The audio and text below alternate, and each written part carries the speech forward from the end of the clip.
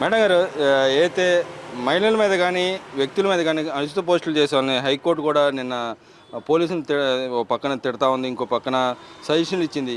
మీరు కఠినంగా ఎందుకు వ్యవహరించట్లేదు, ఎందుకు అలా అలసత్వం వహిస్తున్నారు, ఇప్పుడు కానీ చర్యలు తీసుకోవాలని చెప్పి పోలీసులు మాట్లాడింది. కాబట్టి దాన్ని ఎలా చూస్తారు? నిజంగానే మహిళల పట్ల కానీ వ్యక్తుల పట్ల కానీ అనుచిత వ్యాఖ్యలు చేసినా ఎలాంటి శిక్షలు పడాలంటారు? అందరికీ నమస్కారం అండి.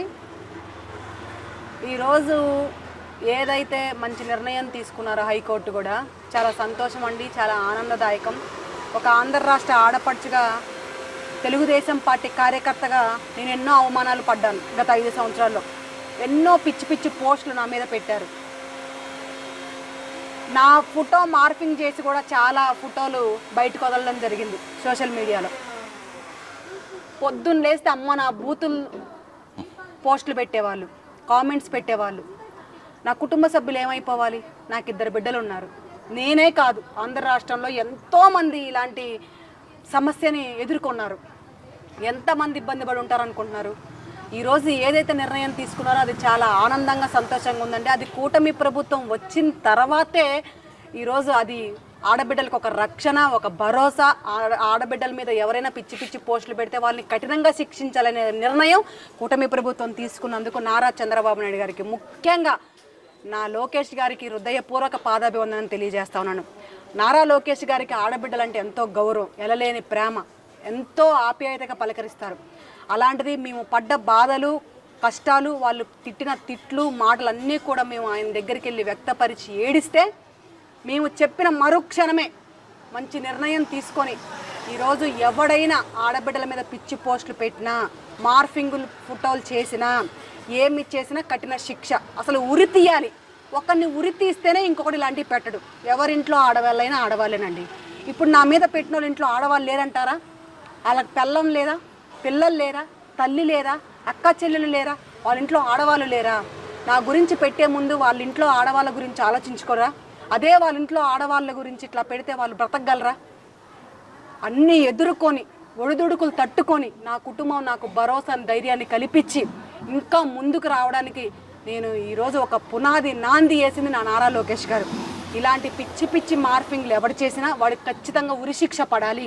గత 5 సంవత్సరాల్లో వైఎస్ఆర్ కాంగ్రెస్ పార్టీ ప్రభుత్వం ఉన్నప్పుడు జగన్మోహన్ రెడ్డి హయాంలో ఎవడు పడితే వాడే, వాళ్ళ గురించి వాళ్ళు తప్పు చేస్తే ఇది తప్పు అని ప్రశ్నిస్తే వాళ్ళ ఫోటోలు మార్ఫింగ్లు, వాళ్ళ గురించి తప్పుడు పోస్టులు, అమ్మ నా బూతులు తిట్లు, కామెంట్లు, మెసేజెస్, వాళ్ళకి అన్నోన్ నెంబర్లోంచి ఫోన్ చేసి పిచ్చి పిచ్చి తిట్లు తిట్టేవాళ్ళు.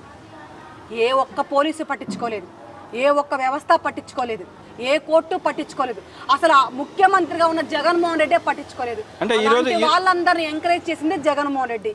ఈరోజు కూటమి ప్రభుత్వం వచ్చిన తర్వాత ఆడబిడ్డల మీద ప్రేమ, గౌరవం, ఆప్యాయత ఉన్న వాళ్ళు గెలిచారు. కాబట్టి ఈరోజు పవన్ కళ్యాణ్ గారు కానివ్వండి, చంద్రబాబు నాయుడు గారు కానివ్వండి, లోకేష్ గారు కానివ్వండి మంచి నిర్ణయం తీసుకున్నారు. అంటే ఈరోజు ఆయన జగన్మోహన్ రెడ్డి గారు కూడా వచ్చి మా వైఎస్ఆర్సీపీ మహిళల గురించి అనుచిత వ్యాఖ్యలు చేసినందుకు క్షమాపణ చెప్పాలని చెప్పి, లేకపోతే మేము చంపేస్తాం, నరికేస్తాం అని చెప్పి వాళ్ళ కార్యకర్తలు కూడా రెచ్చిపోవటాన్ని ఎలా చూడొచ్చు అంటారు? నిండు అసెంబ్లీలో నారా భువనేశ్వరమ్మ, ఏ అన్యం పుణ్యం తెలియని బిడ్డ, ఆడబిడ్డ, తను ఒక్కరోజు కూడా రాజకీయాల్లో జోక్యం చేసుకోలేదు.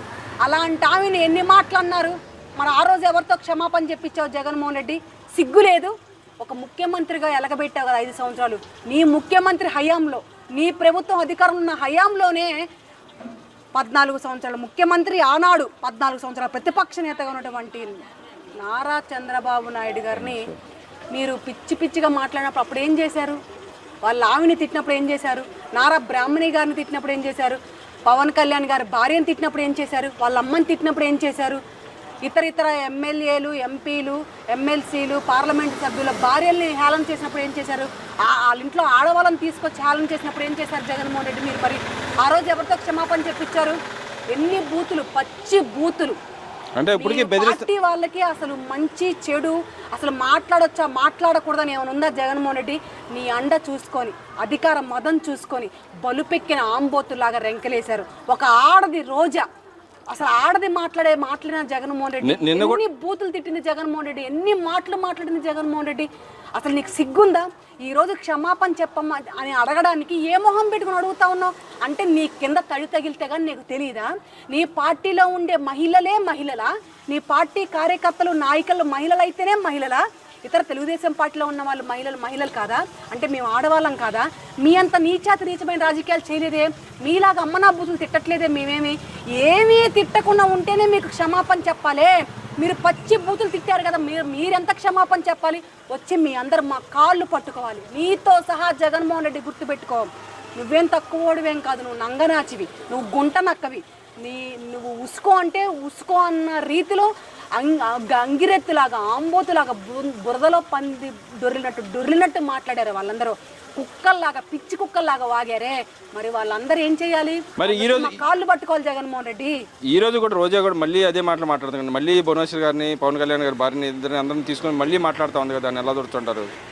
ముందు 5 సంవత్సరాల్లో మాలాంటి వాళ్ళ కార్యకర్తల మీద, చిన్న కుటుంబాల మీద, ఒక సాదా సీదాగా బతికే మహిళల్ని తిట్లారే. వాళ్ళందరితో క్షమాపణ చెప్పించండి. ఈరోజు రోజా కూడా తిడుతుంది కదా, నువ్వేమో నంగనాచి మాటలు మాట్లాడుతున్నావు. ఇటు పక్క ఈ రోజా చూస్తేనే కారు కూతలు పిచ్చి కుక్కలాగా పందిలాగా మాట్లాడుతూ ఉంది కదా. మరి దీనికేం సమాధానం చెప్తావు? ముందు నీ రోజాని, నీ పేటీఎం కుక్కలు, నేను ఉసుకొలిపిన ఉసుకో అంటే వచ్చి మాట్లాడినాము వాళ్ళందరితో క్షమాపణ చెప్పించు. ఆ తర్వాత మేము క్షమాపణ చెప్తామని తెలియజేస్తా ఉన్నాను. మరి ఇక్కడ చూసుకుంటే అమరావతి విషయంలో కూడా మాది గొప్ప విషయం కాబట్టి జనాల్లోకి వెళ్ళిపోయింది, దాన్ని డైవర్షన్ చేయడానికి ఈరోజు మాట్లాడుతూ ఉన్నారు అని చెప్పి మాట్లాడుతున్నారు. నిజంగానే ప్రజలకు అంత చొచ్చుపోయింది అంటారా మావిగన్ అనేది? మావిగన్ అంటే నవ్వుతున్నారండి, ఫూ అని ఊస్తూ ఉన్నారు ఈరోజు. అసలు మావిగన్ ఏంట్రా బాబు, అసలు ఆ పేరు ఏంట్రా బాబు అని. అసలు నీకు ఆ పేరు ఎట్లా పెట్టాలనిపించింది జగన్మోహన్ రెడ్డి? నాకు అర్థం కావట్లా. నీ పేరు కూడా ఏదైనా మార్చుకుని అట్లా మావి గన్ను, తోవి గన్ను, ఆ గన్ను, ఈ గన్ను అని పెట్టుకోరాదు. జగన్ అన్న, గన్ అన్న, షూట్ అన్న అన్నారు కదా, అట్లాగే మావి గన్లాగా పెట్టాను అన్నావేంటి నువ్వేమన్నా? అసలు ఆ పేరేంటి జగన్మోహన్ రెడ్డి? నువ్వెవరో, నేను నీ మొహం ఒకసారి లైవ్ చూడాలనుకున్నారు. ఆంధ్ర రాష్ట్ర ప్రజల దగ్గరికి రావచ్చు కదా, నీ మొహం చూపించవచ్చు కదా, చూపిస్తా. వాళ్ళంటే ఏంటో చూపిస్తారు నీకు ఒకసారి. అంటే ఉంది కానీ వాగ్గూడదు జగన్మోహన్ రెడ్డి. ఏది పెడితే ఆ పేరు పెడితే ఆంధ్ర రాష్ట్రం పరువు పోతుంది. నీ వల్ల సర్వనాశనం అయిపోయింది. ఆంధ్ర రాష్ట్రం ఒక కొలిక్ లేకుండా అయిపోయింది. మ్యాపింగ్లోనే లేకుండా చేసావు. ఈరోజు మరలా పూర్వ వైభోగాన్ని తీసుకొచ్చి ఆంధ్ర రాష్ట్రం అంటే ఇదా అనే రీతిలో చేస్తూ ఉన్నారు. అంటే దానికి చూస్తూ ఉన్నాడు జగన్మోహన్ రెడ్డి. నీకెందుకు ఇవన్నీ? అంటే దానికి ఖర్చు పెడుతున్న 2 లక్షల కోట్లు ఓన్లీ రహదారులు వేయడానికి, నీళ్ల పైపులు వేయడం కోసం అంత వేయాల్సిన అవసరం లేదు. మేము తీసుకొచ్చింది అయితే రెడీగా ఉంది, వెళ్ళిపోయి పరిపాలన చేయటం అని చెప్పి మాట్లాడుతాం. పేర్ని నాని కానీ ఇటు పక్క జగన్మోహన్ రెడ్డి మాట్లాడుతాం. దాన్ని ఎలా దొరుకుతుంటారు? పేర్ని నాని గారికి పిచ్చి పట్టింది, అది 100%, 100కి 1000% కరెక్ట్. ఈ పిచ్చెక్కిన వాళ్ళందరూ పిచ్చి కుతలు పోస్తున్నారు. మరి మీరు అంతా పూర్తి చేస్తే 5 సంవత్సరాల్లో మరి ఎందుకు ఓపెనింగ్ చేయలేదు? మీరెందుకు అందులో పరిపాలించలేదు? మీరెందుకు అందులో ఉద్ధరించలేదు? మీరెందుకు అందులో ఒరగబడవలేదని అడుగుతా ఉన్నాను.